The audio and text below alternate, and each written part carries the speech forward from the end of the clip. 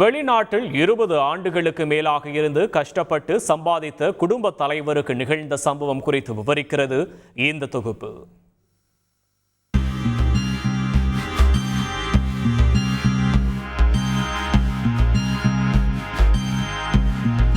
வீடுகள் காலியாக கிடக்க கத்திக்குத்து காயத்துடன் கையறு நிலையில் காணப்பட்ட கணவன். 30 வருஷம் வேலையில் ஆவணங்கள் இந்த பியூரோலாம் வச்சுருந்தேன். ஐடி கார்டு, ஆதார் கார்டு, பிரமாணம் ஒன்றுமே காணும்.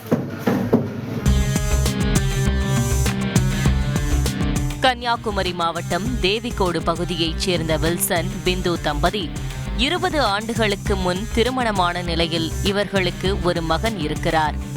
மனைவி மற்றும் மகன் நன்றாக வாழ வேண்டும் என்பதற்காக கடந்த 20 ஆண்டுகளுக்கும் மேலாக சவுதி அரேபியாவில் கட்டிட கான்ட்ராக்டராக வேலை பார்த்து வந்திருக்கிறார் வில்சன்.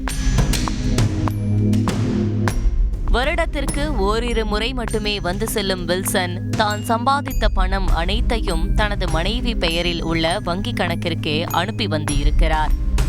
எல்லா ரூபாயும் என் மனைவி பேர் தான் அனுப்பி கொடுத்துருந்தேன். எனக்கு ஒரு சொந்தமாக ஒரு அக்கௌண்ட்டும் ஒன்றும் கிடையாது. ஆனால் கணவன் படும் கஷ்டத்தை அறியாமல் மனம் போன போக்கில் பிந்து செலவு செய்து வந்ததாக கூறப்படுகிறது.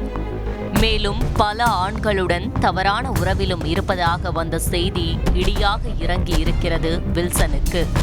என் மனைவியிடம் ரூபாயில் கணக்கு கேட்டேன். கணக்கு கேட்கும்போது சரியான பதில் தரல. அக்கம் பக்கத்துக்காரங்க என்ன சொன்னாங்கன்னா, இங்கே பல ஆண்களோட தொடர்பு இருக்குது, இவ நடவடிக்கை சரியில்லை அப்படின்னு சொன்னாங்க. கடந்த 2 மாதங்களுக்கு முன் வீட்டிற்கு வந்த வில்சன் மனைவியிடம் பணம் கேட்டு இருக்கிறார். அப்போது தன்னிடம் பணம் இல்லை என கூறியதால் அதிர்ச்சியடைந்து காவல் நிலையத்தில் மனைவி மீது புகார் அளித்து இருக்கிறார் வில்சன். இதனால் ஆத்திரமடைந்த பிந்து கள்ளக்காதலர்களை வீட்டிற்குள் மறைத்து வைத்து வில்சன் வீட்டிற்கு வந்த பின்னர் சரமாரியாக வெட்டிவிட்டு தப்பி ஓடி என மனைவியும் மகனும் பிடிச்சு வச்சு சுரேஷ்னு சொல்லியவன் டேவிட் 2 பேரும் வீட்டுக்குள்ளே இருந்திருக்காங்க. எனக்கு தெரியாது. எனக்கு மனைவியும் கள்ளக்காதலர்கள் இவர்கள்.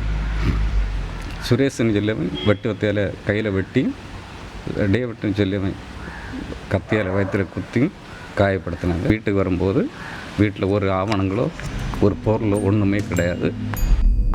இந்த கொலை முயற்சி தொடர்பாக வழக்கு பதிவு செய்த காவல்துறையினர் சுரேஷ் என்பவரை கைது செய்து உள்ள நிலையில் மற்றவர்களை தீவிரமாக தேடி வருகின்றனர்.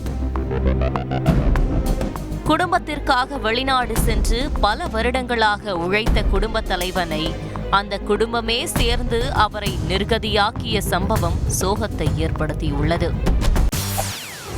செய்திகளை உடனுக்குடன் தெரிந்து கொள்ள உடனே சப்ஸ்கிரைப் பண்ணுங்க.